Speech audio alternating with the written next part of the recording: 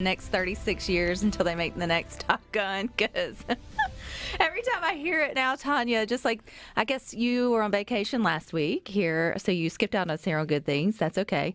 But it was the week before. I had not seen Top Gun yet, but you did. And I remember Rhino played the music, and you were like, I'm getting a little teary-eyed. Yeah. And now I'm over here. I've seen it, and I'm like, I'm getting a little teary-eyed, too, when I hear it. When I left after seeing it, I, downloaded that song onto my playlist, and, I did it, 3 times, so I can hear it without having to hit rewind.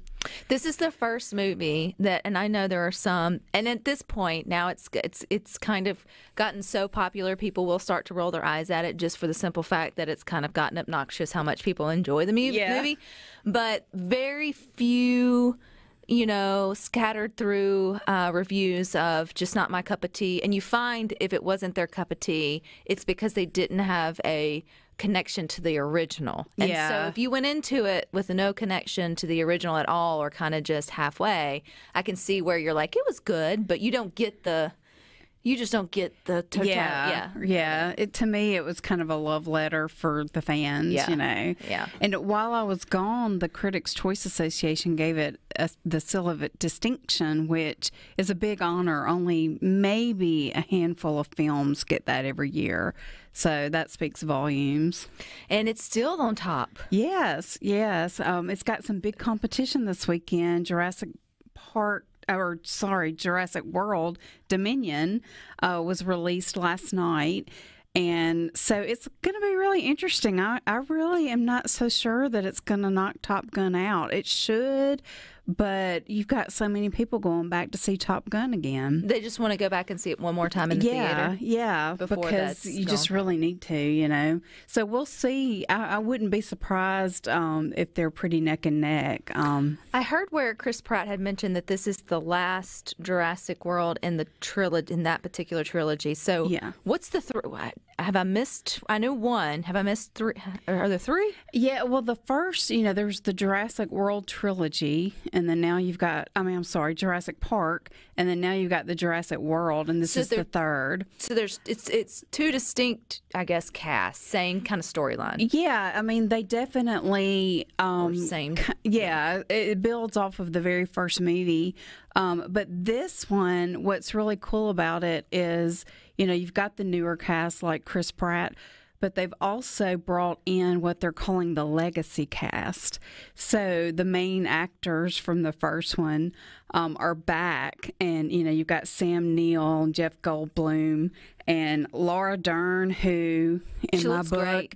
All 3 of them look incredible. Yeah. I'm like, I need to be researching dinosaurs because whatever they're doing is working for them. They're staying out of the sun. They're in the dark. That's right.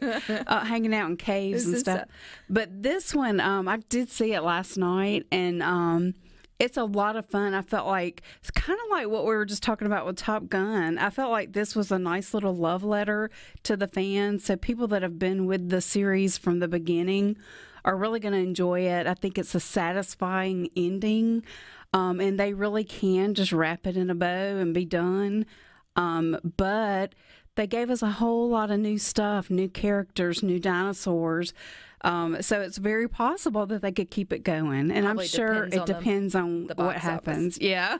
I did hear, and this was, watching media, I guess, clips of it, Chris Pratt talking about him and his love, the blonde, said that their love story is not the height of this story. Right. And when I got home last night, I went by myself because my kids had other stuff going on. And I got home and I told my husband, I'm like, Chris Pratt really wasn't the star of this movie. It was really an ensemble situation. Everybody had their own thing going on. At one time, you had 3 really edge of your seat kind of things going on simultaneously, and they kept, flipping back and forth.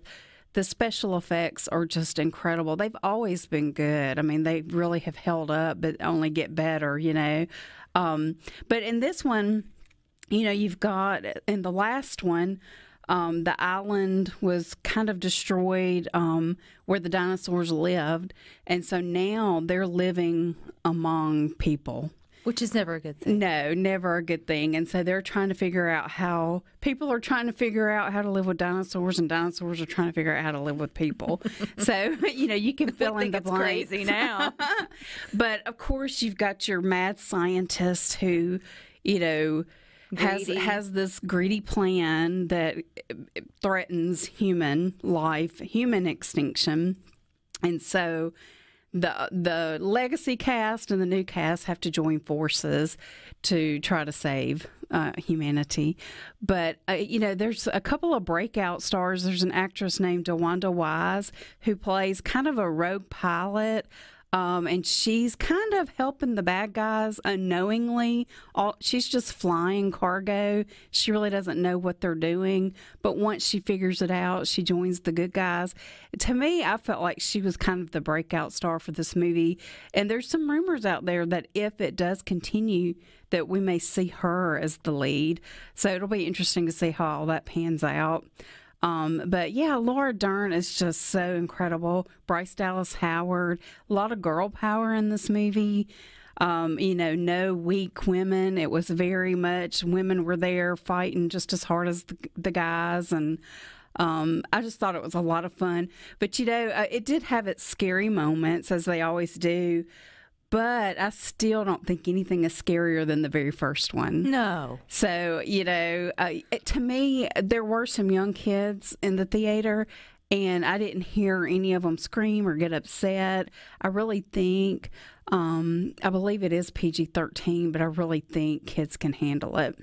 Well, I mean, at some point, once it gets when the monsters and all get so fictitious, is that the right word? Fictional-like, then even though I know, like, the T-Rex and stuff aren't coming back, but the first one felt like, oh crap, that could happen. Yeah. Like a safari park gone bad. Yeah. And now they've taken the storyline to a place where you may jump and squeal, but it's not like fear. Right. Like real terror. Yeah, but the dinosaurs are incredible. I'm just like, I know they do a combination of CGI and puppeteers. And I'm like, it's just unbelievable. And I think, these big action movies continue to cast good actors. And so that makes it even better because, they're sitting there acting against a tennis ball or whatever they're looking at.